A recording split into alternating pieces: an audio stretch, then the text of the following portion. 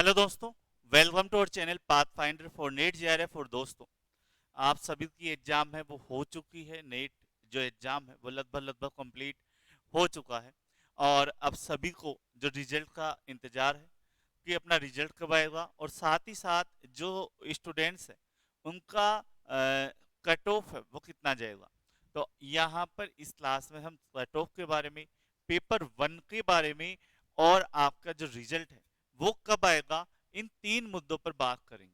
ठीक है, तो ये महत्वपूर्ण रहने वाला है क्लास, है ना। तो इसे जरूर देखें, ज्यादा से ज्यादा देखें। साथ ही साथ अगर आपको इन्फॉर्मेशन अच्छी लगी तो चैनल को सब्सक्राइब भी जरूर से करें। चलिए दोस्तों, तो पहली बात तो ये है कि सबसे महत्वपूर्ण प्रश्न जो यहाँ पर रहता है वो यही है कि आपका रिजल्ट कब तक आने का चांसेस है। तो रिजल्ट देखो, आपका ये 23 को अपनी एग्जाम है वो कंप्लीट होती है, और उसके बाद में अगर हम रिजल्ट की बात करें तो पिछले दो बार का हमने देखा तो 15-20 दिन के अंदर अंदर रिजल्ट है वो हमारा आ गया था। पहले हमारी आंसर की आई, फिर उस पर ऑब्जेक्शन हमें मांगा गया और उसके बाद में हमारा रिजल्ट है वो आया था।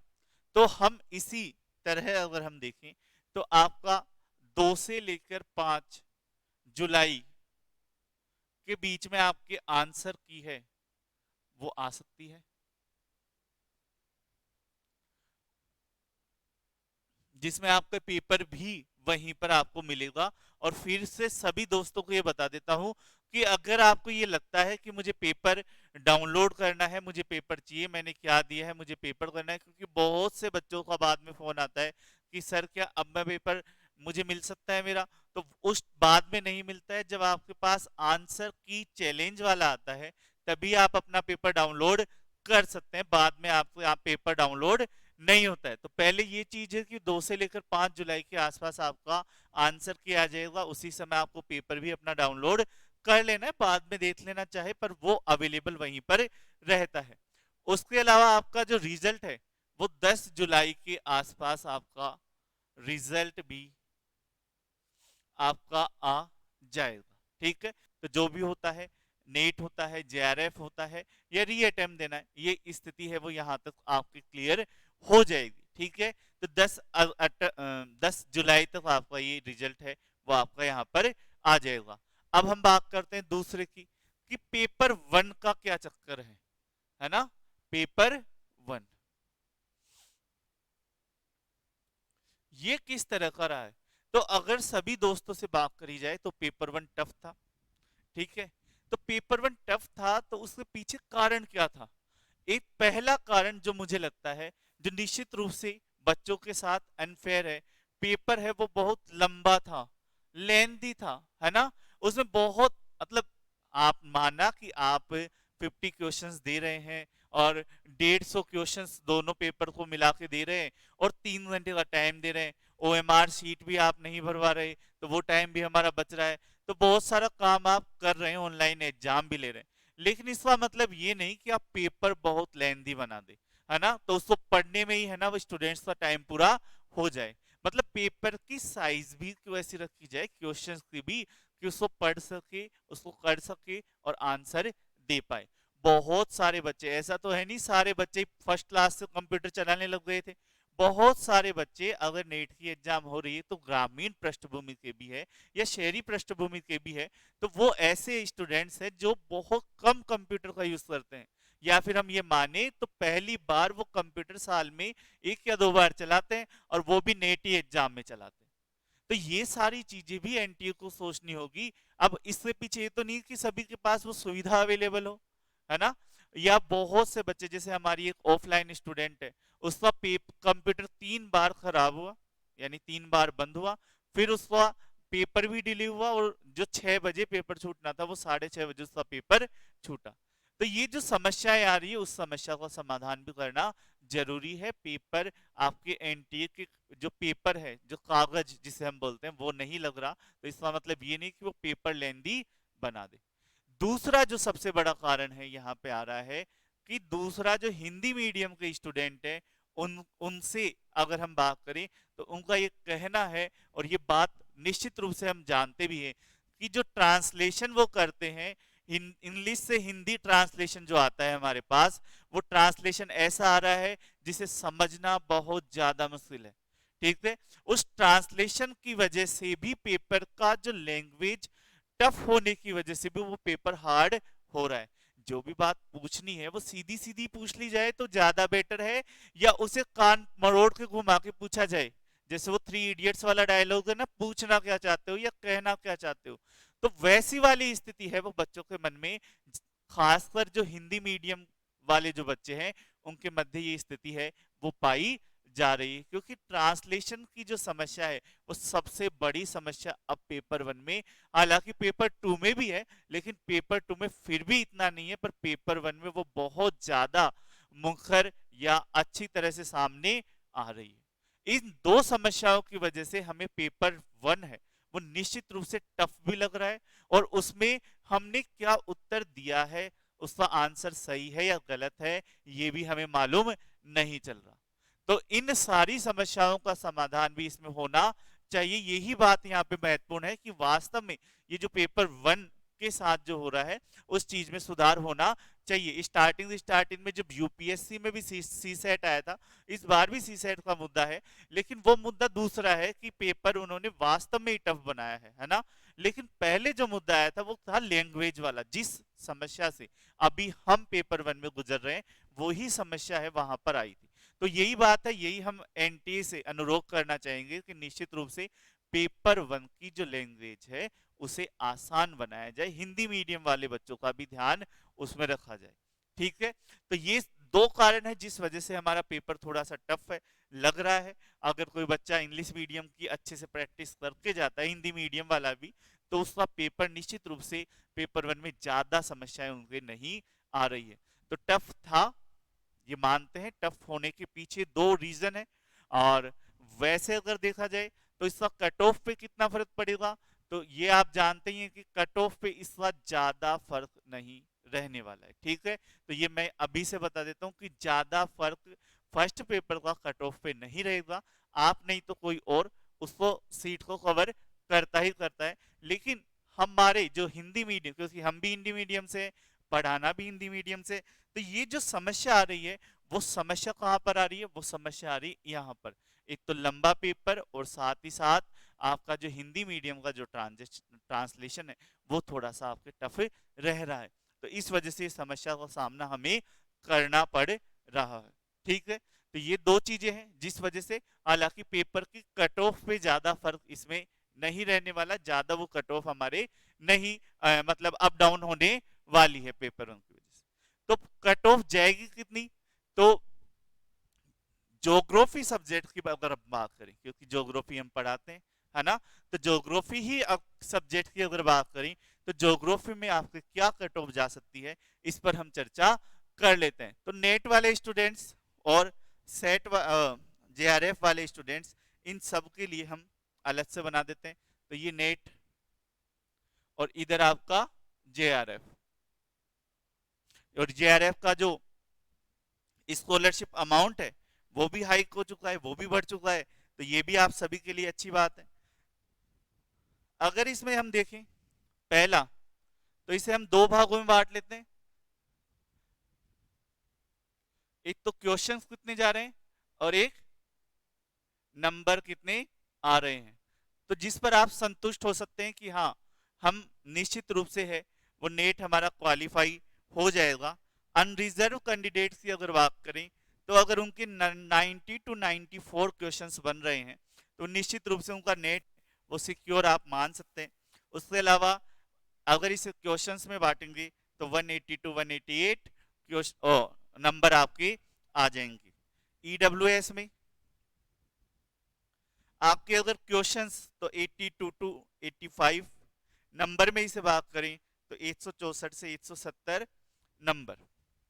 तीसरा आपका ओबीसी में, तो ओबीसी में दोस्तों आपके जा रहा है 82 85, सेम रहने वाला है, वही 164 से 170। अगर हम बात करें फोर्थ एससी में, तो एससी कैंडिडेट्स के लिए क्वेश्चन होने वाले 78 से 80, नंबर है वह आपका 156 से 160। और अगर हम बात करें नेक्स्ट 5वें नंबर पे एसटी कैंडिडेट्स के लिए, तो उसमें आपका 78 से 80, और इसमें नंबर आपके होने वाले हैं 156 से 160। तो ये जो कट ऑफ है वो एक्सपेक्टेड कट ऑफ है, हम ये मान रहे हैं, लेकिन ये नेट की कट ऑफ है वो आपके ज्योग्राफी में रहने वाली है। ठीक है, इसके आसपास ही आपकी है वो रिजल्ट में आपकी कट ऑफ है वो आपको देखने को मिलेगी। ज्योग्राफी में भी हालांकि पेपर वन काफी टफ बता रहे हैं बच्चे, है ना। अगर हम बात करें जेआरएफ में, तो क्वेश्चंस और नंबर की, तो वहीं अनरिजर्व कैंडिडेट्स में अगर हम बात करें, तो इसमें क्वेश्चंस के 100 से 104 यानी 200 से 208 नंबर इसमें हम मान सकते हैं दोनों पेपर को मिला के। ईडब्ल्यूएस में अगर हम बात करें, तो ईडब्ल्यूएस में 196 से लेकर, वो सॉरी 96 से 98 यानी 192 से लेकर 196 के बीच में। ओबीसी में सेम ही रहने वाली है, 96 टू 98, लगभग लगभग ओबीसी और ईडब्ल्यूएस बराबर ही रहता है, थोड़ा बहुत एक आधा क्वेश्चन का जो फर्क है वो इसमें आता है। एससी और एसटी दोनों ही कैंडिडेट्स के लिए अगर हम बात करें, तो 88 से 90 क्वेश्चन, यानी इसका मतलब क्या हो गया 180, 180 से 176 के बीच में है वो इसमें रहने वाला है।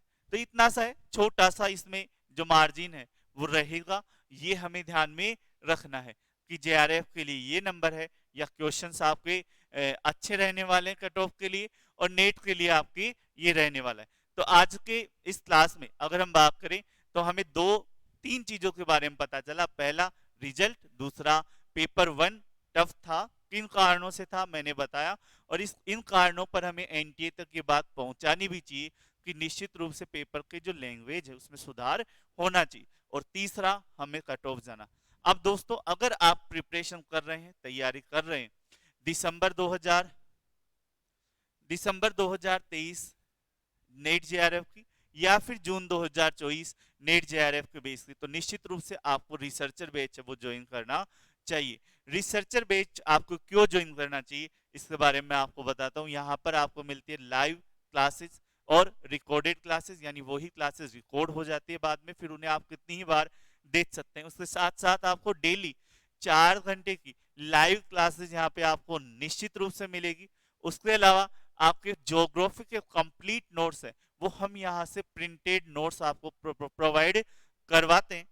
ये इस फॉर्मेट में आपके नोट्स हैं वो सभी रहते हैं। जैसे मानचित्र कला की ये जो बुकलेट है वो आपको प्रोवाइड करवाई जाती है। टोटल 17 बुकलेट है वो इसमें हम आपको प्रोवाइड करवाते हैं। जैसे आपकी आर्थिक भूगोल वाली किताब बुकलेट हो गई, आपकी रीजनल ज्योग्राफी हो गया, आपकी औद्योगिक और परिवहन भूगोल हो गया। तो कंप्लीट नोट्स हम आपको यहाँ पे प्रोवाइड करवाते हैं कोर्स के साथ ही साथ इसमें आपको टेस्ट सीरीज भी अवेलेबल रहती है, जिसमें छोटे टेस्ट यानी topic wise test, full test और वीकली टेस्ट सभी इसमें अवेलेबल रहते हैं, और प्रीवियस ईयर क्वेश्चन पेपर भी इसमें अवेलेबल रहते हैं। तो सारे सब कुछ सुविधाएं आपको यहाँ पे दी जाती है। साथ ही साथ अगर आप बैच ज्वाइन करते हैं तो बैच के साथ आपको प्रीवियस ईयर क्वेश्चन की जो बुकलेट है वो भी आपको फ्री ऑफ कॉस्ट अवेलेबल होती है ज्योग्राफी की।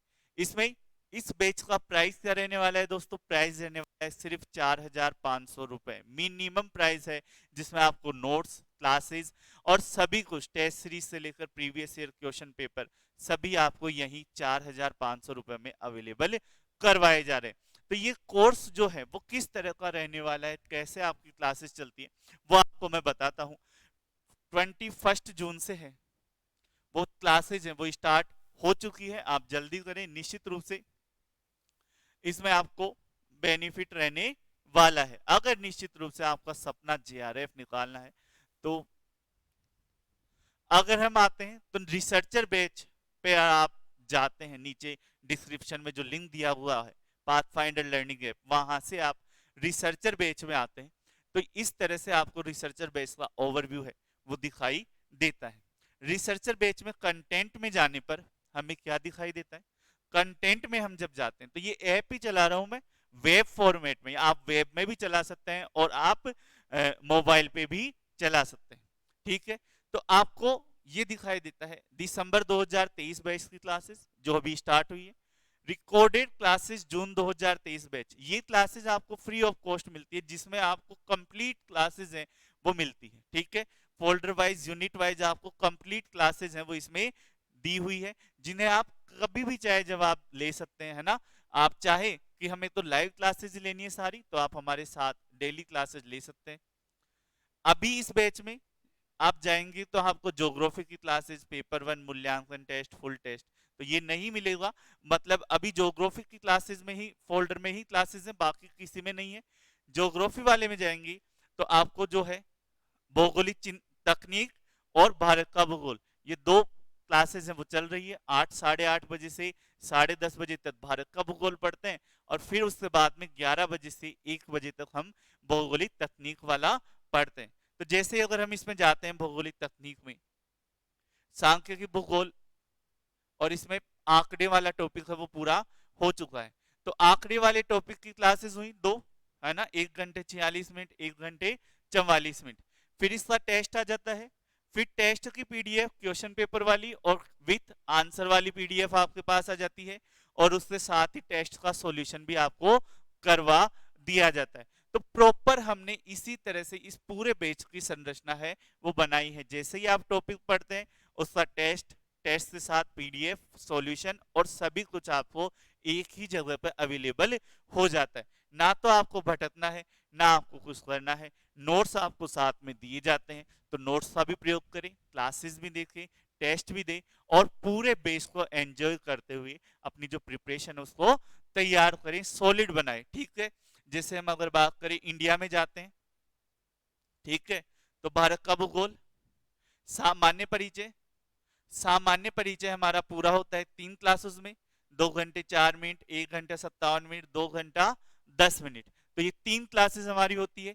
उसके बाद में भारत का सामान्य परिचय टेस्ट, टेस्ट की पीडीएफ और पीडीएफ का आंसर। आप बोलोगे सर इसका सॉल्यूशन कहाँ पे, तो आज टेस्ट हुआ था। और अगर हम लाइव क्लास में जाते हैं, क्योंकि ये मैंने रिकॉर्डेड क्लास में सेव नहीं करा, तो लाइव क्लास में अगर आप जाते हो तो टेस्ट 1 भारत का सामान्य परिचय सॉल्यूशन, तो इसका सॉल्यूशन भी आपको यहीं पर आपको अवेलेबल हो जाता है।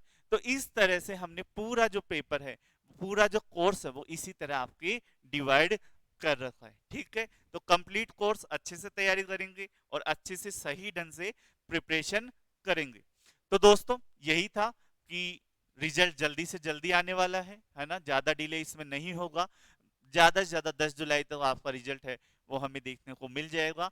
साथ ही ये कि पेपर 1 का जो लैंग्वेज है उस पर हमें जरूर से ध्यान दिलाना चाहिए एनटीओ को, कि पेपर 1 ना ही तो ज्यादा लेंदी बनाए और ना ही ज्यादा टफ लैंग्वेज वाला बनाए, खासकर हिंदी मीडियम वाले बच्चों के लिए।